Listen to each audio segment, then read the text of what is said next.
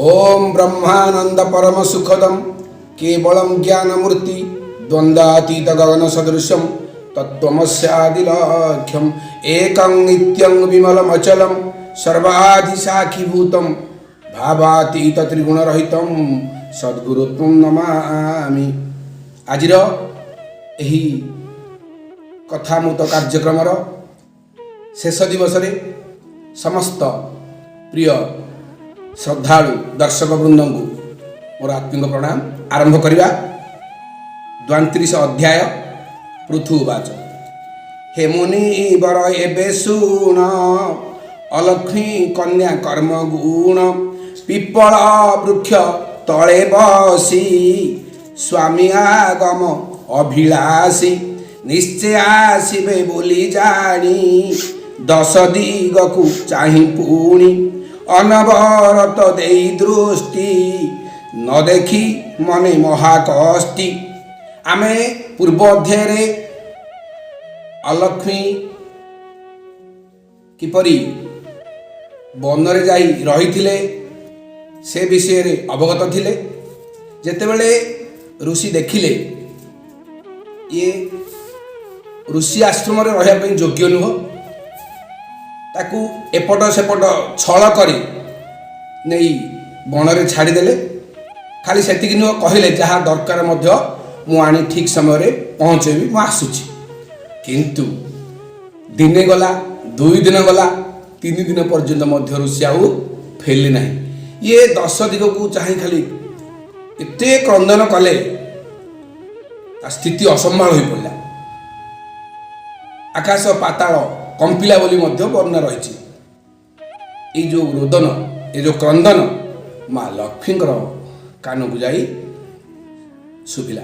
माँ भी जानिले निश्चित भाव में मो भौणी गोटे किसी विपद पड़ी अच्छा।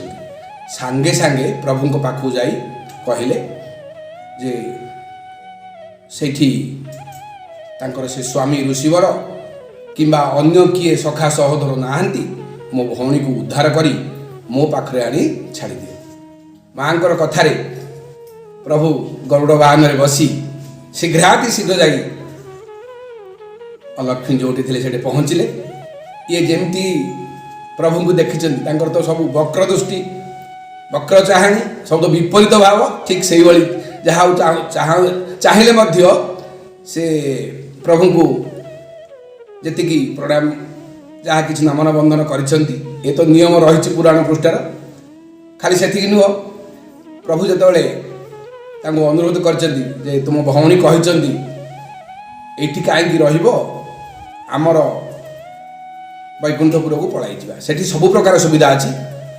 आ तुम जी कि सान भौणी से ठाकुराणी से सर्वे सर्वा से सुख किंतु अलक्ष्मी मना कर सान भौणी घर रहा उपयुक्त हेनी। एक द्वितीयतः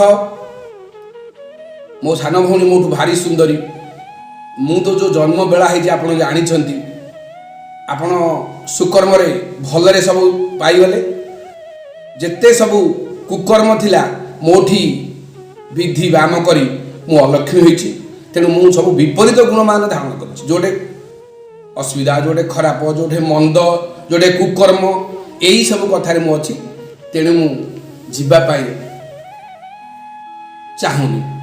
प्रभु सेठी कौन कर देखा। तुम्भक निष्ठ कमलिनी वैकुंठपुरे ठाकुराणी तांक संगते जेते राशि जन जन के गुण राशि अनेक काल जाए लिहि बर्ण ही न पारिब केही। आउ थे पुणी बुझे सतरे तुम भौणी बहुत भलरे अच्छी चाल सेठारे जाई रहिबो। विष्णु वचने से अलक्ष्मी बोलई शुण देव स्वामी पूर्वे से सृष्टि अंत काले सकल आत्मा एक मेले। से कथा कहले तांकर जन्म किमिति पूर्व जन्मर प्रारंभ अनुसार कुकर्म पड़ी से गोटे जो कन्या जात है सेठी सी प्रथमे धर्म उदय कला पूर्वे जे पाप पंके थिला संसारे प्रवर्ति न पारी लज्जारे कन्या रूप धरी जन राजन पुरे जन्मी तेणु मो नाम अलक्ष्मी। स्वधर्म बोली जेते कथा मते लागई बड़ व्यथा। हे प्रभु आपण जेते सब भल कथा मते बारंबार कहले मध्य मते भल लागेनी। स्वधर्म जहाँ कहे भल कथा मते सब बड़ व्यथा लगुच। तेणु मु जीवाई से आदौ पसंद करूनी। एथकु शुण देव स्वामी तुम्भे से सर्व अंतर्यामी सकल जन मन गुण मो कथा किंपाई न शुण एबे मो मन अनुसरी सान कहब अनुसरी मो भावे करी मु राज्य स्वामी संगते नाही कार्य। से अलक्ष्मी कहते प्रभु को जे मु आउ से जो ऋषि वर को मो स्वामी सहित मोर रहिबार नाही मो निज कथा मु बुझीबी मो पाई देखंतु बोली कहले जगह स्थिर करंतु मु सेठा बुझीबी। ए वाक्य शुणी चक्रपाणी जे जहा निज कर्म जानी बोलती शुण ज्येष्ठ बाली जे बण घरे नित्य कली। एथर प्रभु कहले हो ठीक अच्छी तुम जो विपरीत गुण जोठे नित्य कली लगुव एक द्वितीयतः मिथ्याभाषी कुपुरुष मान जो थे जोठे पर निंदुक थे जोठे अशुचि समस्त कार्य समापन करुवे तापरे जोठी अपात्र सब दान देउथिबे पुणी जोठे हीन जन माने प्रीति करुथिबे जोठे पर स्त्री की परिहास करुथिबे देखी तापरे कहले सेई मानक पाखरे ही रहइबो जते सब विपरीत गुण अछि से पाखरे नै मु तुम रखी बोली कहले से मन मन खुशी हेले मा। तापरे वर्णना आइछि बट अस्पतथ बेल लिंब धात्री तुलसी च्युत ध्रुम यादि देव तरुमान जे जन करिब छेदन। कवि ये अति सुंदर भाव आमको आउ टे सूचे दी गछ विषय आम जाचे बट गछ पिपल वृक्ष तापरे बेल तापरे लिंब तापरे अँला तापरे तुलसी तापर रही आंब च्युत अर्थात आंब। ये जो बटवृक्ष आम पूर्व जानिले बटवृक्ष विषय में पदे पदे मत कही बट फल खाई जिते कुआ मलत्याग कर मलू ही आमर बटवृक्ष उत्पत्ति नचेत अन्य कौन उपाय ना बोली मोर धारणा अच्छी। तेणु जदि आम कुआ वंश को लोप करदे ताहले बट वंशर आउ विस्तार हेब ना प्रथम कथा। द्वितीय कथा ये जो पिपल वृक्ष आम जानिले आ शनिवार पूजा कले केते मंगल तेणु हाणिया कथा मना कराई। बेल बेलपत्र आम जाचे महादेव अति प्रिय त्रिदल त्रिगुणाकार त्रिनेत्र त्रया जो रही युक्त होगी दर्शनम बिल्वपत्र से स्पर्शनम पापनाशन अघोर पाप संभूतम बिल्वदल समर्पण। जदि आम एक दिन जो रही तब आम खाली दर्शन करवा स्पर्शन करवा केते पाप नाश हुए अघोर पाप संभूतम जिते पाप अच्छी क्षय हुए। खाली से नुह तुलसी ठीक से दर्शन स्पर्शन पाप क्षय हुए। तापर लिंब आम जाचे जो 12 वर्ष दारू ब्रह्म बदलुची से लिंब काठ दरकार पड़ुची।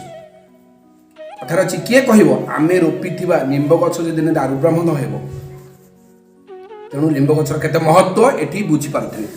तापर अँला अँला औषधीय गुण जमी अच्छी सब प्रकार गुण से परिपूर्ण। आ तुलसी तुलसी कथा तो कार्तिक मासरे अति महत्व ताको जदि आम आध्यात्मिक दृष्टिकोण देखा वैज्ञानिक दृष्टिकोण देखा किंबा आयुर्वेदिक दृष्टिकोण देखा तुलसीर बहुत महत्व रही। कहीं तुलसी देखु सका जदि आम तुलसी गछर मुख को चाहिए अति महत्वपूर्ण कथा। कहीं आम जाचे जो मैंने उदाहरण स्वरूप कहते ना तुलसी 2 पत्रु बासे गोटे पिलार जदि भल गुण है छोट पिला ही प्रकाश होता है सेमती तुलसी को खाली से नुह सबु धर्मर लोके जदि आध्यात्मिक दृष्टि ग्रहण न करि किंतु जो रही आयुर्वेदिक शास्त्र से आयुर्वेदिक जो गुण रही कहीं केवे अकाट्य करें ना। आउ गोटे रही जदि आम तुलसीर दल ताको आम सेवन करिया रही प्रत्येह तुलसी दल करई जे पान व्याधि ताकू न बाधई पाप हुए लीन यज्ञ व्रत पितृ पूजा हरिर अर्चना सफल नुहई तुलसीर पत्र बीना जिते सब रही ଏ ଯେଉଁ କୁହାଗଲା ଗୋଟେ ବଡ଼ କଥା ଏଇଟା ଆସିଲା ସଫଳ ନୁହଁ ଯେତେ ଆମେ ଭୋଗରାଗ ଲଗାଇବା ଯଦି ତୁଳସୀ ପତ୍ର ପଡ଼ିନି ତାହେଲେ ହେବନି। ଗୋଲକ ଦାସ ମଧ୍ୟ ସେଇ କଥା କହୁଛନ୍ତି ତୋ ପତ୍ର ପଡ଼ିଲେ ମଣୋଇ ହୁଅଇ କହଇ ଗୋଲକ ଦାସ। ଆଉ ତୁଳସୀର ମାଳ ତୁଳସୀର ଦଳ ତୁଳସୀ ଭୂଷଣ ହୋଇ ତୁଳସୀ ମୂଳରେ ଲୟ ଲଗାଇଲେ ନୀଳଚକ୍ର ଦିଶୁଥାଏ। ଏଇଟା ମଧ୍ୟ କମ୍ କଥା ନୁହଁ। ଆମେ ଯଦି ତାତ୍ତ୍ୱିକ ଦୃଷ୍ଟିରୁ ଚିନ୍ତା କରିବା କାୟମନ ବାକ୍ୟରେ ଆମେ ମଧ୍ୟ ସେହି ନୀଳଚକ୍ର ଯିଏକି ପତିତ ପାବନ ବାନା ଯେଉଁ ରହିଛି ଆମେ ଦେଖିପାରିବା। ଏହି ତୁଳସୀର ଏତେ ମହତ୍ଵ ରହିଛି। ତୁଳସୀ ଗୀତା ରହିଛି, ତୁଳସୀ କବଚ ରହିଛି, ତୁଳସୀ ଅଷ୍ଟକ ରହିଛି, ବିଭିନ୍ନ ପ୍ରକାର ତୁଳସୀ ଆରତୀ, ତୁଳସୀ ସ୍ତବ, ବିଭିନ୍ନ ପ୍ରକାର ଶାସ୍ତ୍ରରେ। ଅଥଚ ଯଦି ଆମେ ବ୍ରହ୍ମବୈବର୍ତ ପୁରାଣ, ବିଷ୍ଣୁ ପୁରାଣ, ପଦ୍ମ ପୁରାଣ ଯେକୌଣସି ପୁରାଣ ଓଲଟେଇବା ତୁଳସୀର ମହତ୍ଵକୁ ଯଥେଷ୍ଟ ଗୁରୁତ୍ୱ ଆରୋପ କରାଯାଇଛି। ତେଣୁ ଏଇଠି କବି ଅତି ସୁନ୍ଦର ଭାବରେ କହିଛନ୍ତି ଏଗୁଡ଼ାକୁ ଏଇ ଗଛ ଗୁଡ଼ିକୁ କାଟିବାଟା ଆଦୌ ନିୟମ ନୁହଁ। ଯଦି ଯେଉଁମାନେ ଏଇ 6ଟି ଗଛ କାଟିବେ ଏ ଯେଉଁ ଗୋଟେ ନିହାତି ଦରକାରୀ ଗଛ ସେହି ଗଛକୁ କାଟିବା କ୍ଷଣି ସେହି ଲୋକମାନଙ୍କର ସ୍କନ୍ଧରେ ଯାଇ ବସିବା ପାଇଁ ପ୍ରଭୁ ବିଷ୍ଣୁ ନିର୍ଦ୍ଦେଶ ଦେଇଛନ୍ତି ମା ଅଲକ୍ଷ୍ମୀଙ୍କୁ। ତାପରେ କୁହାହେଲା ତାତ ଜନନୀ ଗୁରୁ ପାଦେ କପଟ ସ୍ନେହ ଯାର ହୃଦେ ଏମନ୍ତ ଜନେ କନ୍ଧେ ବସ ତାର ସୁକୃତ ଶ୍ରୀ ଧ୍ୱଂସ ଆବର ଶୁଣ অলক্ষয়মি যে নারী বিনা কামে ভ্রমি পরে কহই ঘর কথা স্বামী সে নহ পাই ব্যথা।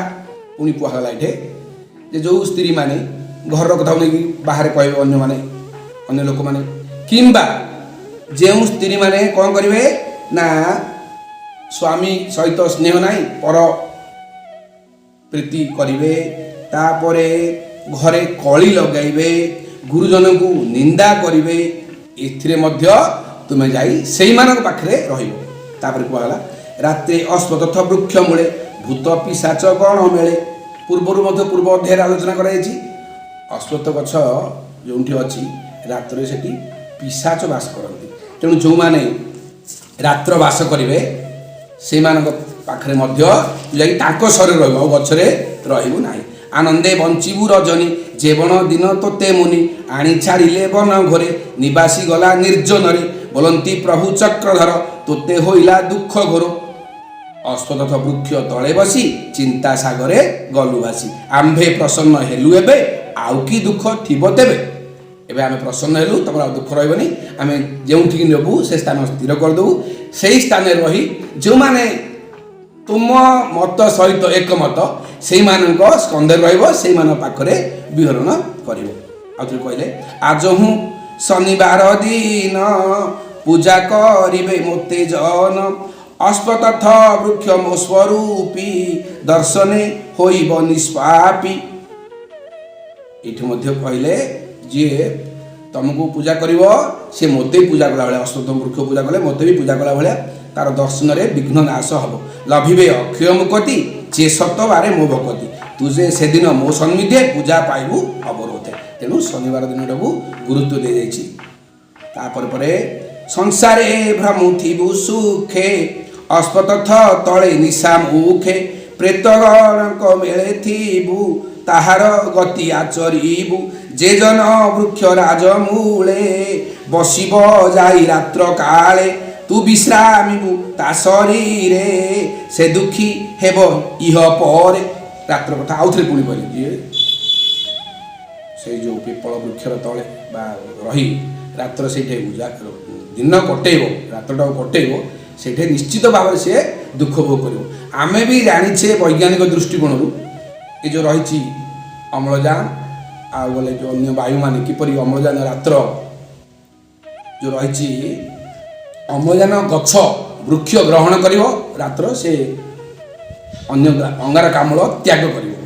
ଏଇ କଥାଟାକୁ ଯଦି ଆମେ ଜାଣିବା ଏଠି ବୈଜ୍ଞାନିକ ଦୃଷ୍ଟିକୋଣ ମଧ୍ୟ ସଫଳ ହେଉଛି। ଏମନ୍ତ କହି ବ୍ରହ୍ମ ରାଶି ଖଗ ଆସନେ ଯାଇ ବସି ନିଜ ଗୃହକୁ କଲେ ବିଜେ ଦିନ ବାନ୍ଧବ ଦେବରାଜେ କହନ୍ତି ସୁତ ମୁନିବର ଏ ଘେନି ଅଶ୍ୱତଥ ସ୍ଥାବର रजनी काले अस्परस पूर्वे जे अच्छी तार दोष तेणु आदित्य 12 दिन न छुई ब्रह्मांक वचन। ये कथा आम आगु भी पढ़ीचे जे रविवार दिन आदू छुईबनी कि जीवनी कि ना। तापर परे ए पद्म पुराण विधाने कहलु कार्तिक वर्णने उत्तराखंडे धर्मवाणी जे दिन लोकरे चलनी। तापर कहुई कार्तिक महात्म्य उत्तराखंड केते महत्व आ पद्म पुराण भाया पुराण नाही। एथिरे जहाँ सब वर्णना होती आम अन्य शास्त्र कार्तिक महात्म्य भाया शास्त्र को आम पाइपर ना। तेणु कहते हृदय रखिब जत्न करी अशेष जन्म पाप हरि कार्तिक महिमा जे शुणी श्रवणे सर्व धर्म किणी बढ़ई जस आयु धर्म श्री संपद शुभ कर्म विशेष हुए धर्मवान उत्तम ज्ञान धन जन अवश्य लाभ ये तेक केबे न लागे पाट।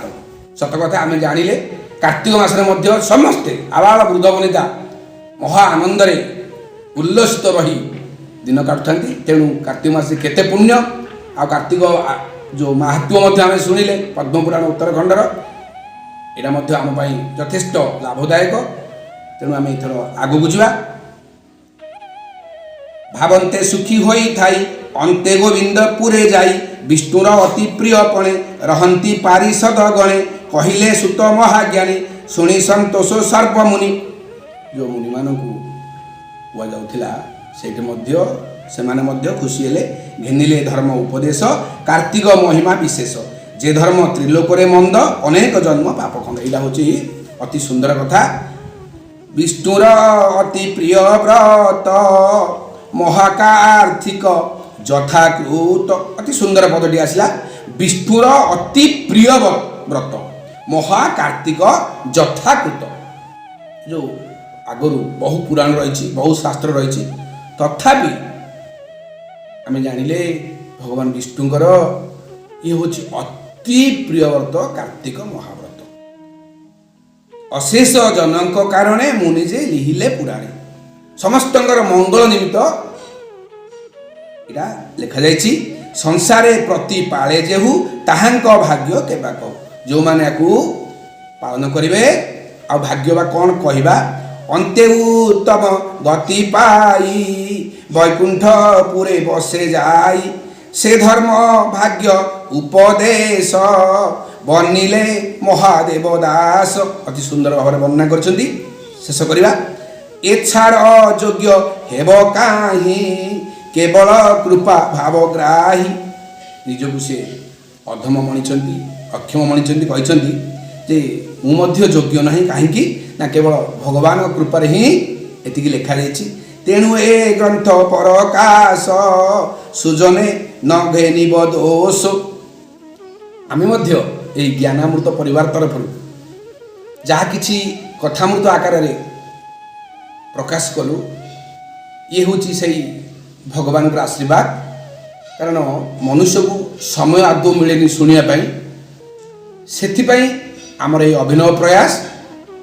अथच जदि आम कथा आकार कहबू जी बा श्रवण करेंगे बा दर्शन करेंगे एथुरु किछि लाभ पाइपारि बोली से आशा करिछु।